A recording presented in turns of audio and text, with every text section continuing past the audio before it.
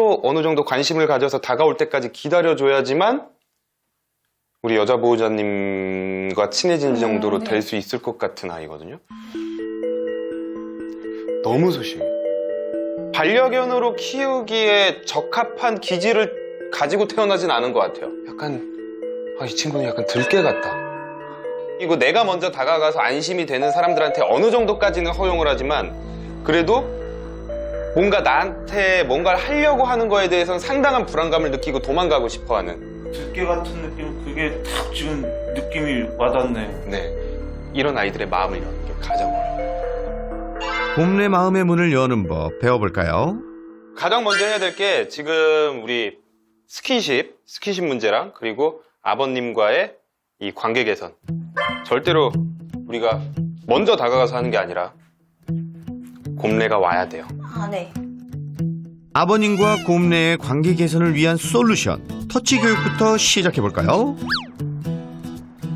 일단 곰내 반응이 나쁘지 않죠? 곰내 타치. 옳지. 그리고 이 손의 위치를 이제 계속 바꿀 거예요. 곰내 타치. 잠시 고민하는 듯한 곰내.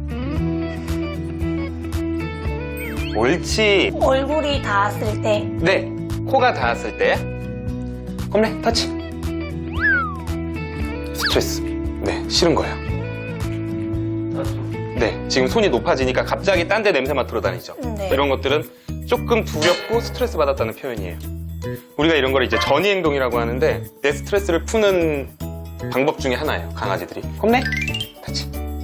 잠시 후 다시 시도해보는데요. 옳지. 지금 안 닿아도 쉽게 해줄게요. 곰내는 무조건 쉽게 터치. 그런데 이 녀석 자꾸 코 대신 발을 쓰네요. 자기도 무서우니까 자꾸 발 대려고 하는 거예요. 가까이 못 가고. 곰내 터치. 아유, 무게중심 옳지. 이걸 왜 제가 입이 닿게 하려고 하냐면 손 줄 때 보면 그래도 가까이 오는 게 무서우니까 엉덩이는 뒤로 쫙 빼고 손만 줘요. 근데 이게 자기 스스로 이겨내야 돼요. 두려움을 극복할 수 있도록 기다려줘야겠죠? 이제 아버님이 도전해보는데요. 가만히 계셔보세요. 못해도 좀만 기다려주세요. 손 내밀고. 설쌤이 했을 때와 달리 피하는 곰내. 역시 한 번에 성공하기는 쉽지 않죠? 가야 되나 말아야 되나. 서두르지 않고 차분히 기다려줍니다. 이런 게 처음이야, 거의. 제가 딱 봤더니 곰내 이런 교육 받는 게 거의 처음인 것 같아요. 그죠? 한 번도 해본 적이 없어. 다 커서 처음 해보는 거예요. 바로 그때 옳지. 드디어 스스로 다가온 곰내. 두 번째 시도는 옳지. 아까보다 훨씬 좋아요. 옳지. 이제 자신감이 좀 생긴 것 같죠? 이제는 스킨십 터널을 만들 거예요. 네? 스킨십 터널? 그게 대체 뭐죠? 자기가 원하는 걸 얻으려면 어쩔 수 없이 내가 무서워하는 데를 통과해야 되고 그 통과하는 과정에서 자연스럽게 스킨십이 이루어지는 거예요. 그런데 사람은 최대한 안 움직여야 돼요. 우리는 딱 고정시켜 놓고 지나갈 때 이렇게 만지면 안 돼요. 아, 네. 자기가 용기 내서 내가 했으니까 괜찮아. 근데 또 느껴봤더니 이거 나쁘지 않네? 라는 생각이 들게. 스킨십 터널 통과하기 바로 배워볼까요? 높이를 이 정도로 한번 해볼게요. 자기가 여기를 통과할 수 있나? 간식으로 곰내가 지나가도록 유도해보는데요. 요 녀석 아직은 용기가 안 나나 보네요. 이렇게 돌아가게 하면 안 돼요. 여기를 조금 한번 막아볼게요. 이렇게. 오케이. 그럼 이 정도. 천천히 적응하는 곰내. 더 낮춰볼게요. 지금도 막 깜짝깜짝 놀라죠? 그래도 이제 무서워하진 않는데요. 재밌어요. 은근히 눈빛이 아까보다 훨씬 더.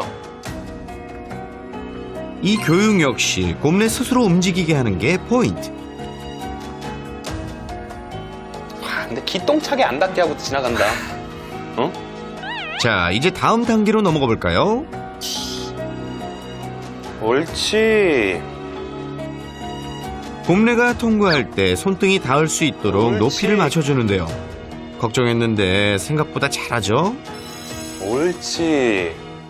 아까만 해도 여기 막 손이 있어도 네. 들어오는 거 무서워했었는데 지금은 그래도 아직은 어떻게 하냐면 손이 닿는 순간 막 죽도록 싫진 않은데 이걸 피하려고 림보 하듯이 막 이래요. 근데 나중에 이게 익숙해지면 그런 모습도 없을 거예요. 반복 연습 후 드디어 아버님이 도전해볼 차례.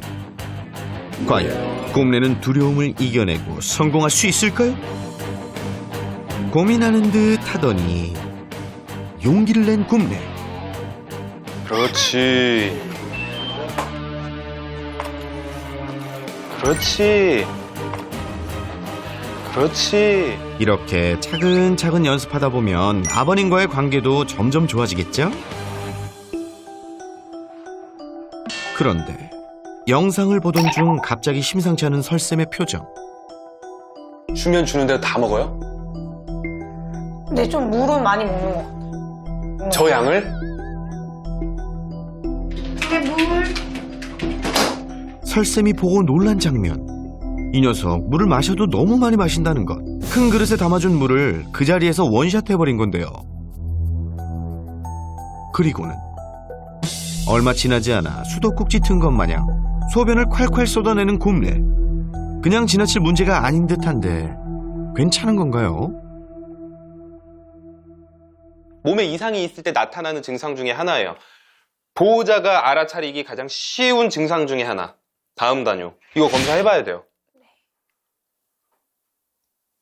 저런 걸 나타나게 하는 질병들 중에 강아지들을 불안하게 하고 스트레스 받게 하는 질병들이 되게 많아요. 저거 언제부터 저랬어요? 물은 제가 하도 잘 먹어가지고 그러니까 처음 아기 때는 안 그랬고 한 18년도 여름부터는 계속 좀 많이 줬거든요. 지금 보이는 문제점들이 예민하고 불안해서 공격성 보이고 이런 문제점들이 저 증상과 연관되어 있을 수 있어요. 우리가 꼭 검사를 해봐야 돼요. 정말 곰내의 문제 행동과 관련이 있는 걸까요? 설쌤의 의견에 따라 보호자들과 함께 신속히 병원으로 향했습니다. 혈액 검사와 엑스레이 등 확인에 필요한 다양한 검사를 진행했는데요. 큰 문제가 없어야 할 텐데 너무 걱정되네요. 그리고 잠시 후 난 이렇게 작은 애 처음 보는데? 아니 최소 늑골 12번째 정도까지는 와야 되는 건데 네. 지금 여기만 이렇게. 설쌤, 곰내한테 무슨 일이 생긴 건가요? 당일 검사를 해본 결과 엑스레이에서 간이 작게 나오는 소간증 모습도 보였고요. 혈액 검사에서도 신장 쪽 수치가 조금 높게 나타나면서 신장 질환도 의심이 돼서 정밀 검사가 필요했습니다. 이러한 문제들은 몸에 스트레스를 주고 곰내가 보이는 증상처럼 좀 예민한 증상들을 보일 수 있습니다. 그래서 행동 문제를 해결하기 위해서는 정확한 원인을 찾고 그 스트레스를 줄여줄 필요가 있었습니다. 결과가 제일 궁금한 건 가족들이겠죠. 바로 상황을 전달했는데요. 곰내가 보였던 물을 많이 마시고 오줌을 많이 싼 거, 그리고 혈액 검사에서 어느 정도 의심이 되는 것들이 보였던 것, 그리고 오늘 엑스레이에서 많이 의심은 되지만 확진은 이걸로 못 내려요. 그래서 우리가 CT는 한번 찍으러 가봐야 될 것 같아요. 너무 슬퍼하지 마시고, 와, 이게 진짜 우리가 운이 좋았다. 보호자님이랑 곰내가 운이 좋았다라고 생각을 하셔야 돼요. 절대 슬퍼하시면 안 돼요. 정확한 진단을 위해 다음날 바로 정밀검사를 실시했습니다. 그리고 며칠 후 검사 결과가 나왔는데요. 저희가 간과 신장 이 둘을 의심했는데 검사 결과 우선 간에서 의심했던 간문맥 단락증 TSS는 아닌 걸로 나왔어요. 그런데 신장 같은 경우에는 조금 문제가 있게 나왔어요. 만성신부전이 의심되게 나왔는데 단 가장 초기 단계 아주 나쁜 단계가 아니기 때문에 이 상태로 물이 되지 않게 쭉 관리해주는 게 중요해요. 신장에 좋은, 신장에 무리를 주지 않는 처방식을 계속 먹어야 되고요. 그리고 간식 같은 경우에도 막 너무 자극적인 간식을 가지고 교육을 하시면 안 돼요. 이런 걸 관리를 해주다 보면 곰내 스트레스도 좀 줄게 되고 곰내의 행동도, 예민함도 줄어들 수 있어요. 뭐가 문제인지 정확하게 알게 됐으니 이제 괜찮아질 일만 남은 거겠죠? 오래 기다리셨습니다. 안 보면 땅을 치고 후회할 알짜배기 꿀 같은 정보 대방출. 편하게 꿀팁. 우리 반려견들은 아프다고 잘 표현을 하지 못합니다. 그래서 우리 보호자분들이 평소에 반려견들의 생활 습관을 잘 파악하고 세심하게 작은 변화라도 미리 알 수 있어야지만 혹시 아픈 데가 있어도 빠르게 대응을 할 수가 있습니다. 가장 기본적이고 중요한 놓치면 안 될 반려견의 이상 징후에 대해 알아볼까요? 일단 외모 변화를 잘 살펴보셔야 됩니다. 털이 많이 빠진다면 호르몬성 질환, 피부병 등을 의심해 봐야 하고요. 모든 아픈 질병들에는 살이 빠질 수 있기 때문에 주의하셔야 됩니다. 식사량, 음수량도 세심하게 살펴주셔야 됩니다. 많은 보호자분들이 간과하고 있는 것이 음수량인데요. 음수량도 많은 질병을 나타내는 아주 중요한 지표로 혹시라도 음수량이 24시간 동안 킬로그램당 100ml 이상을 먹는다 하면 병원에 가셔서 검사를 해보시는 게 좋습니다. 배변, 배뇨 습관도 중요합니다. 특히 배뇨할 때 앉았는데 잘 싸지 못한다거나 낑낑거린다거나 배뇨양이 갑자기 엄청 조그매진다거나 했을 땐 방광질환 아니면 결석에 대해서 의심해 볼 수가 있습니다. 만약에 갑자기 화장실 실수를 한다면 문제 행동이 아니라 어딘가 불편해서 화장실 실수를 할 수도 있기 때문에 먼저 우리 반려견들을 탓할 게 아니라 혹시 어디 아픈 곳이 있지 않은지 확인해 주시는 게 중요합니다. 수면 및 생활 패턴도 중요합니다. 분명히 저녁에 잘 자고 낮에 활동하던 강아지가 갑자기 낮에 자고 밤에 활동하기 시작을 한다면 치매를 의심해 볼 수도 있기 때문에 잘 살펴주셔야 되고요. 생활 중에 갑자기 나를 잘 못 알아보는 것 같아. 내가 불러도 잘 듣지 못하는 것 같아 라고 할 때도 청각 아니면 치매 의심 증상일 수 있기 때문에 수의사 선생님과 상담해 보시는 걸 추천드립니다. 오늘은 여기까지. 다음 시간에 더 좋은 꿀팁으로 찾아뵙겠습니다. 안녕. 며칠 후 제작진에게 도착한 소식. 옳지 잘했어. 매일 설쌤에게 배운 내용을 열심히 복습 중이라는 가족. 아버님과 곰내가 함께 있는 모습 한결 편안해 보이죠? 전혀 불가능했던 스킨십까지 성공! 건강관리도 열심히 하고 있다네요. 곰내네 가족 앞으로도 쭉 파이팅!